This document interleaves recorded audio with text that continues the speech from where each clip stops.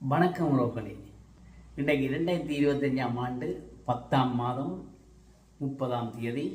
இன்றைக்கு வியாழக்கிழமை, மங்களகரமான நாள். உங்கள் அனைவருக்கும் நல்ல நாளாக இந்த நாள் அமையட்டும். இன்று ஒரு குறள்.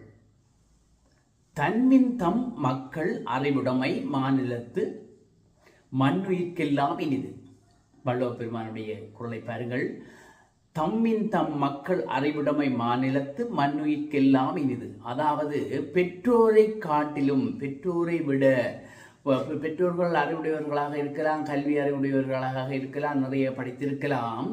அவர்களை காட்டிலும் பிள்ளைகள் அறிவில் சிறந்து விளங்கினால், அவர்களை விட பிள்ளைகள் இன்னும் அறிவில் சிறந்து விளங்கினால், அது பெற்றோருக்கு மட்டும் இல்லாமல் உலகில் வாழும் அனைவருக்கும் அகமகிழ்ச்சியை தரும் ஒரு விடயமாகும், அகமகிழ்ச்சியை தருவதாகும். அதாவது குழந்தைகள், பெற்றோர்கள் குழந்தைகளை வளர்க்கிறார்கள், பெற்றோர்கள் கற்றவர்களாக இருக்கிறார்கள், கற்ற சான்றோர்களாக இருக்கிறார்கள். அவர்கள் வளர்க்கின்ற பிள்ளைகள், அவர்களுடைய பிள்ளைகள் அவர்களை விட இன்னும் கல்வியில் சிறப்பாக மேலோங்கி காணப்பட்டால் அது பெற்றோருக்கு மட்டுமல்ல சந்தோஷம், அது இல்லை, உலகில் வாழும் அனைவருக்கும் அது சந்தோஷத்தை கொடுக்கும். ஆகையினால் குழந்தைகள் நல்ல குழந்தைகளாக வளர வேண்டும், வாழ வேண்டும், சமுதாயத்தில் நல்ல பேர் எடுக்க வேண்டும், உலகுக்கு ஒரு சிறந்த முன் உதாரணமாக விளங்க வேண்டும் என்று வள்ளுவ பெருமான் மிக அழகாக சொல்லியிருக்கிறார். நாங்கள் செய்திகளுக்கு வருவோம். இலங்கையிலே வரலாற்றில் ஒரு முன்னாள் ஜனாதிபதி விளக்கமறியலுக்கு அல்லது கைது செய்யப்பட்டு போகிறோம் என்று சொன்னால் அந்த பெயரை பெற்றவர் எங்களுடைய முன்னாள் ஜனாதிபதி எங்களுடைய ரணில் விக்ரமசிங்க. உங்களுக்கு தெரியும், பொருளாதாரத்திலே வீழ்ச்சி அடைந்த நேரம் நாங்கள் தான் அதை நிமித்துவோம், எங்களுக்கு தான் அந்த சக்தி இருக்கிறது என்று சொல்லி அவர் எதுவித தேர்தல்களோ அல்லது வாக்கெடுப்புகளோ அன்றி அவர் ஒரு ஜனாதிபதியாக வந்தவர். அவர் இந்த பொது நிதிகளை, அரச நிதிகளை வீண் விநியோகம் செய்தார், அவர் முறைகேடாக பயன்படுத்தினார் என்ற குற்றச்சாட்டில் அவர் கைது செய்யப்பட்டு விளக்கமறியலில் வைக்கப்பட்டு பிணையில் விடுவிக்கப்பட்டிருந்தது எங்களுக்கு தெரியும். அவர் நேற்று அவருடைய வழக்கு அழைக்கப்பட்டிருந்தார், நீதிமன்றத்துக்கு அழைக்கப்பட்டு அவர் விசாரித்து அவருடைய வழக்கு மீண்டும் ஒத்திவைக்கப்பட்டிருக்கிறது. அவருடைய வழக்கு ஜனவரி 28ஆம் தேதி, அதாவது 2026ஆம் ஆண்டு மீண்டும் அந்த வழக்கு எடுத்துக்கொள்ளப்படுவதாக அந்த நீதிமன்றம் ஒத்திவைத்திருக்கிறது.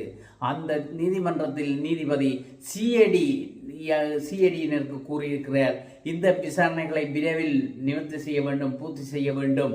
இதை விசாரித்து இதன் அறிக்கையை உடனடியாக 2026ஆம் ஆண்டு ஜனவரி 28ஆம் தேதிக்கு முன்பாக எங்களுடன் சமர்ப்பிக்க வேண்டும், நீதிமன்றத்தில் சமர்ப்பிக்க வேண்டும் என சொல்லப்பட்டிருக்கிறது. அவர் என்ன செய்தார்? அவருக்கு தெரியும், எங்களுக்கு அவர் பொது நிதியைத்தான் எடுத்து மோசடி செய்தார் என்ற குற்றச்சாட்டு. உண்மையில் அவருடைய அந்த குற்றச்சாட்டுக்கள் ஜனவரி 28ஆம் தேதி நீதிமன்றம் விசாரணைக்கு எடுக்கின்ற போது அது சில வேளை விசாரணைகள் தீர்க்கப்படலாம், தீர்வு கொடுக்கப்படலாம், சில வேளை அவர் மீண்டும் கைது செய்யப்படலாம், விசாரணைக்கு உட்படுத்தப்படலாம், அல்லது சிறைச்சாலையில் அடைக்கப்படலாம், அல்லது விடுதலையும் செய்யப்படலாம்.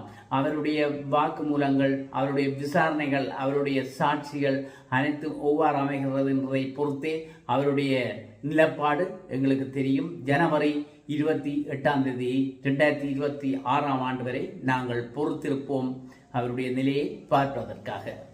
இலங்கையில் பாருங்கள், இந்த தேசிய அடையாள அட்டை பிரச்சனைகள் ஒன்று ஓடிக்கொண்டிருக்கிறது. தேசிய அடையாள அட்டை எல்லோருக்கும் வழங்கப்படுவதற்கு பெரிய தட்டுப்பாடுகள், அந்த கார்டு தட்டுப்பாடாக இருக்கிறதுன்னு சொல்கிறார்கள்.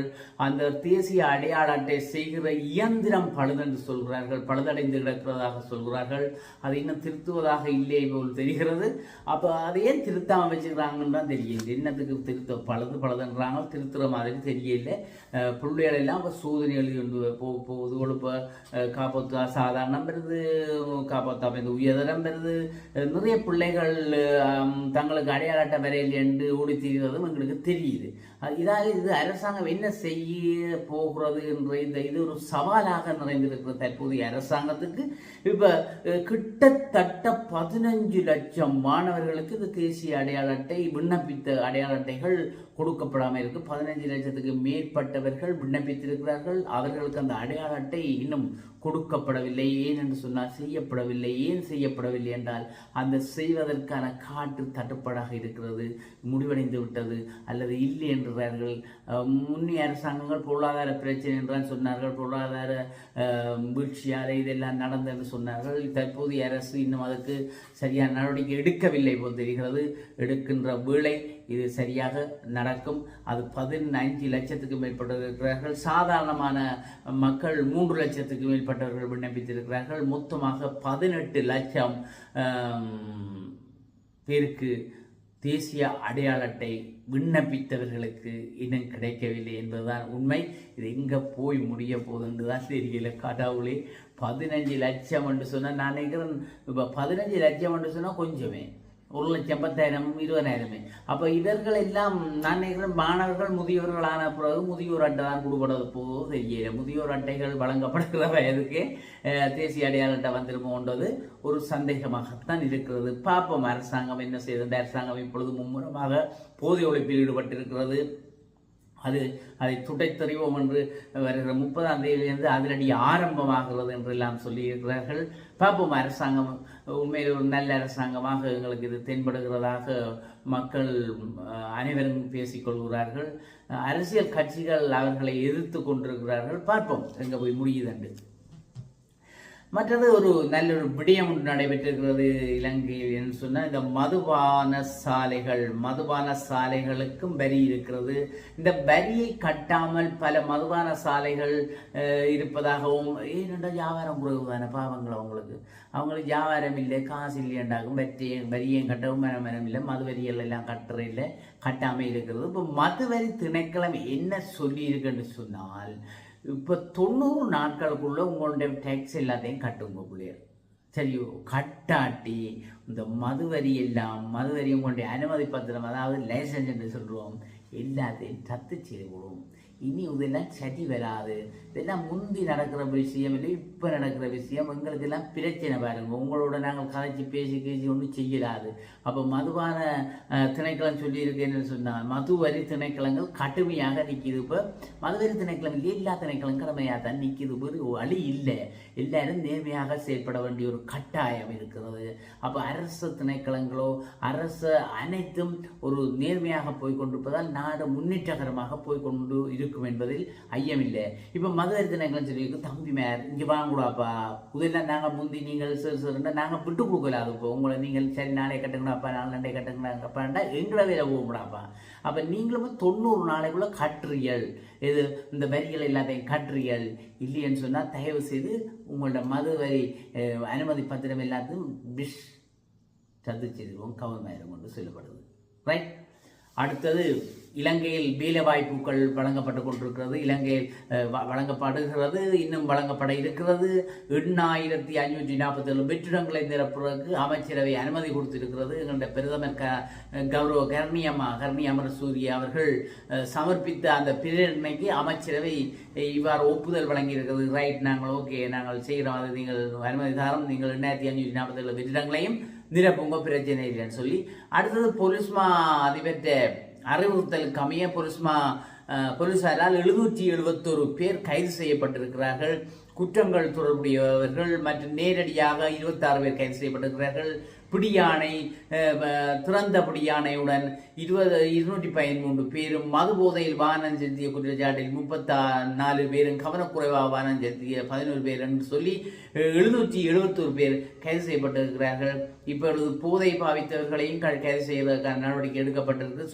சோதிச்சு அவர்கள் இத்தனை கிராம் பாவிச்சிருக்கிறார்கள் என்றெல்லாம் கண்டுபிடிக்கலாமா, கவனமாயிருங்கோ. மற்றது எங்கள்கிட்ட செவ்வந்தியை பற்றி ஒரு சொல்லத்தான வேணும். செவ்வந்தியை பற்றி சொல்லாட்டி அது வாசமடையாது, செய்திகள் வாசமடையாது. அப்போ செவ்வந்தி பற்றியும் இப்போ ஏதோ போய்கொண்டு இந்த நேபாள கைதுகளை பற்றியெல்லாம் வீடியோ இப்போ வந்திருக்கு. நேபாளத்தில் எப்படி கைது செய்தது, செவ்வந்தியை நாங்கள் முதலே பார்த்து நாங்கள் செவ்வந்தியை தந்திரமாக டெலிஃபோன் பண்ணி மற்றவர்கள்ட்ட டெலிஃபோன் நம்பர் வாங்கி வாங்க, இங்கே காசுக்கு இருக்க வந்துட்டு போங்கன்னு சொல்லி லேசாக கூப்பிட, ஹாய் எப்படி சோமா இருக்குது கொண்டு எங்கள்கிட்ட அதிகாரி கேட்கவும், நான் சோமா இருக்கிறேன், நான் இலங்கை போத்தான் இந்த நான் அப்படி எல்லாம் சொல்லி நாங்கள் பார்த்துருக்குறோம் செவ்வந்தியை பற்றி. செவ்வந்தி அப்படி நைஸாக தான் வந்தவ. இப்போ செவ்வந்தி இந்த விவரங்கள் தான் இப்போ வெளியாகி கொண்டிருக்கு. அவன் மூலமாகத்தான் கைதுகள் எல்லாம் தொடர்ந்து கொண்டிருக்குது. பார்ப்போம். அடுத்தது இப்போ கட்டுநாயக்காவே 3 தமிழ் இளைஞர்கள் கைது செய்யப்பட்டிருக்கிறார்கள். அவர்களும் இந்தியாவிலிருந்து என்னென்று சொன்னால் இந்தியாவுக்கு இங்கே யாழ்ப்பாணம் பக்கத்திலிருந்து கள்ளமாக போயிருக்கிறார்கள் படகு மூலமாக. அவர்கள் கைது செய்யப்பட்டு அவர்கள் குற்றம் செய்யப்பட்டவர்கள் என்று சொல்லி அவர்களை நாடு கடத்தி இருக்கிறது இலங்கைக்கு இந்திய அரசு. இந்திய அரசு நாடு கடத்துறன்றது பெரிய பயம். என்னென்னு சொன்னால் எங்கள்கிட்ட ஆக்கள் அந்த வெளிநாடுகளில் உழைக்க போனவர்களை அங்கே போய் ஒழிச்சு நின்று அவர்கள் பிடிச்சி நாடு கடத்துகிற மாதிரி கடத்தினா இங்கே கைது செய்து விட்டுருவாங்க. கவனமாக இருக்கணும். கைது செய்தால் இப்போ எது தெரியுதான விசாரணையிலே என்ன விசாரணை எது நடக்கன்னு தெரியாது. ஆகையினால கவனமாக இருக்கணும். இப்போ அந்த 3 பேரையும் கைது செய்திருக்கிறார்கள். அவர் படகு மூலம் இந்தியாவுக்கு போனவர்கள் கட்டுநாயக்கால் வச்சு கைது செய்திருக்கிறார்கள். அவர்களுக்கு விசாரணைகள் நடைபெற்றுக் கொண்டிருக்கிறது. பார்ப்போம் போலீசாரனுடைய மேலதிக விசாரணைகளில் என்னென்ன விடயங்கள் வெளிவருது, ஏன் போனவை, என்னதுக்கு போனவை, என்ன செய்து கொண்டிருந்தவை, ஏன் இப்போ வந்தவை, என்ன செய்ய போயிடும் என்றதெல்லாம் இனி வெளிவரும். பார்ப்போம். அடுத்த செய்திகளில் உங்களை சந்திக்கும் வரை, மீண்டும் ஒரு காணொலியில் சந்திக்கும் வரை உங்களிடம் விடைபெற்றுக் கொள்வது உங்கள் முருகன். நன்றி.